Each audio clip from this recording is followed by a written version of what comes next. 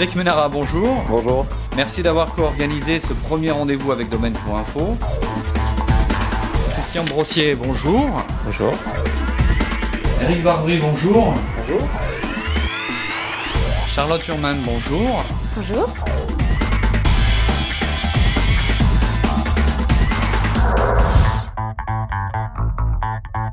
J'ai commencé à m'intéresser au droit de l'Internet dès 1994 et j'ai été peut-être le premier étudiant à avoir fait un mémoire sur Internet et droit privé à l'époque. Il y a une question qui est restée depuis, c'est la question du nom de domaine. Elle est vraiment très spécifique au droit de l'Internet.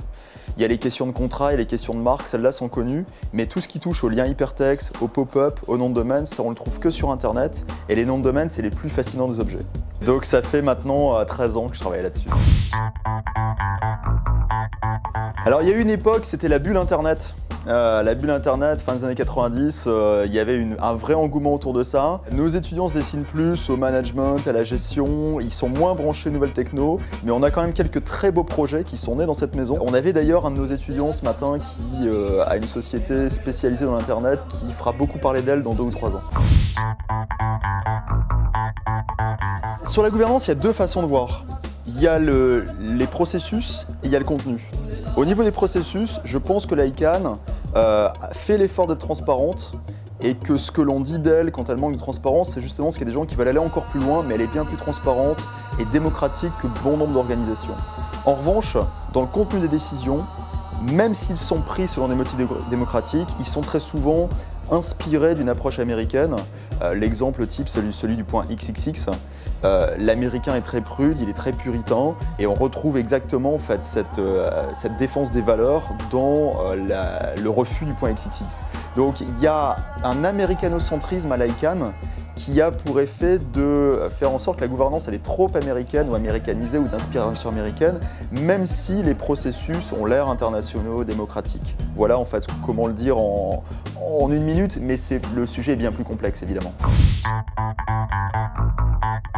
Non mais je crois pas que c'est une histoire de gros sous, parce que c'est une histoire de gros sous, ça serait des millions d'euros.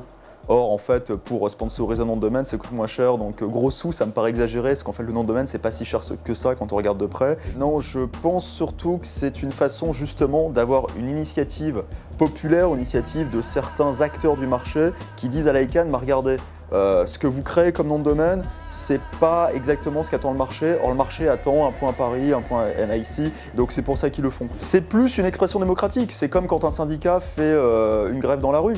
Il veut faire entendre sa voix. Bah là, on a des registrars, on a des gens qui disent il faudrait un point Berlin parce que Berlin, c'est une grosse communauté et que les gens veulent s'identifier géographiquement à leur lieu. Et le nom de domaine, c'est aussi une adresse. Et une adresse, c'est forcément un rattachement à un lieu. Dans le Web 2.0, il y a quand même cette idée qu'on peut désormais se rattacher à... Enfin, on peut choisir une adresse Hotmail ou une adresse... on parlait tout à l'heure de nos étudiants. Il y a nos étudiants ici qui avaient fait la Grande École.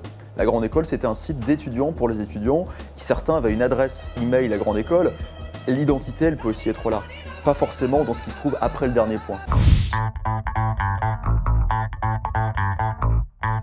Les particuliers qui cherchent à récupérer des noms de domaine, ce sont des stars, des hommes politiques, des patrons de très grandes entreprises, des particuliers qui auraient vraiment cherché à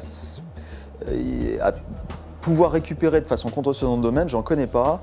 Dans ce cas-là, qu'est-ce qu'ils font? Ils ajoutent un tiret, ils choisissent une autre extension, ils l'enregistrent en .fr, .st ou je ne sais quoi, mais je ne connais pas de contentieux qui intéresserait les particuliers parce que le point d'entrée, il est quand même monétaire. Pour pouvoir engager un contentieux, il y a quelques centaines, milliers d'euros à engager et quand on est particulier, c'est pas forcément ce qu'on a envie de faire.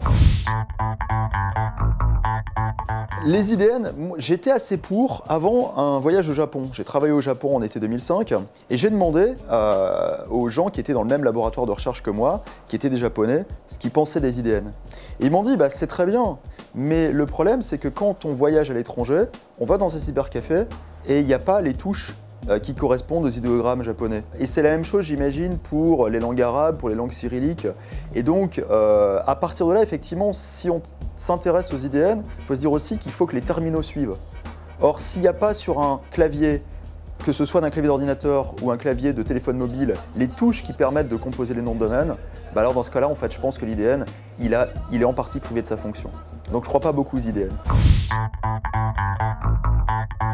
Ça fait des années que je participe à ce genre de choses, et ce matin donc avec Domaine Info, il y a une chose qui m'ennuie, c'est qu'on associe toujours nom de domaine à la fraude, au cybersquatting, alors que ça fait maintenant plusieurs années qu'on a des activités légitimes qui sont développées autour de nom de domaine. Ça s'appelle le domaining, c'est des gens qui spéculent sur du mètre carré qui est disponible, qui se trouve, enfin sur du mètre carré qui se trouve en centre-ville. Des gens qui achètent des noms de domaine qui sont susceptibles de créer des trafics, non pas des trafics d'influence ou des trafics au sens pénal, du trafic vers un site. Et ces gens-là, ils commencent à peine d'être connus, la presse commence à peine de comprendre que le nom de domaine, ça peut être autre chose qu'une histoire de loulous qui volent des signes protégés. Et donc, on est dans la phase 2.0 du nom de domaine, et ça fait partie du genre de choses, je pense, dont il faudrait que les acteurs, sur lesquels les acteurs doivent communiquer. J'ai passé 1 an aux États-Unis en 2004. Et là-bas, les profs bloguent. En salle de cours, on discute, on débat, et le blog, c'est le prolongement naturel de ce que l'on fait en cours.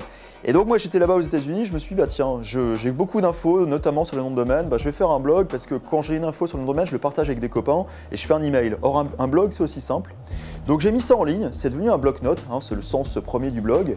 Et puis petit à petit, ça a amené d'abord des gens qui me donnent des infos, des échanges d'idées. Et aujourd'hui c'est un lieu intéressant, une plateforme d'échange intéressante.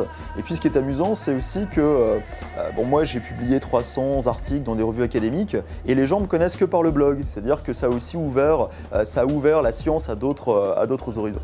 Alors j'ai pas de nom de domaine pour ce blog, en revanche cédricmanara.com est enregistré depuis le 21 août parce qu'il va y avoir un site web qui va suivre aussi, et ça c'est un scoop pour Domaine Info.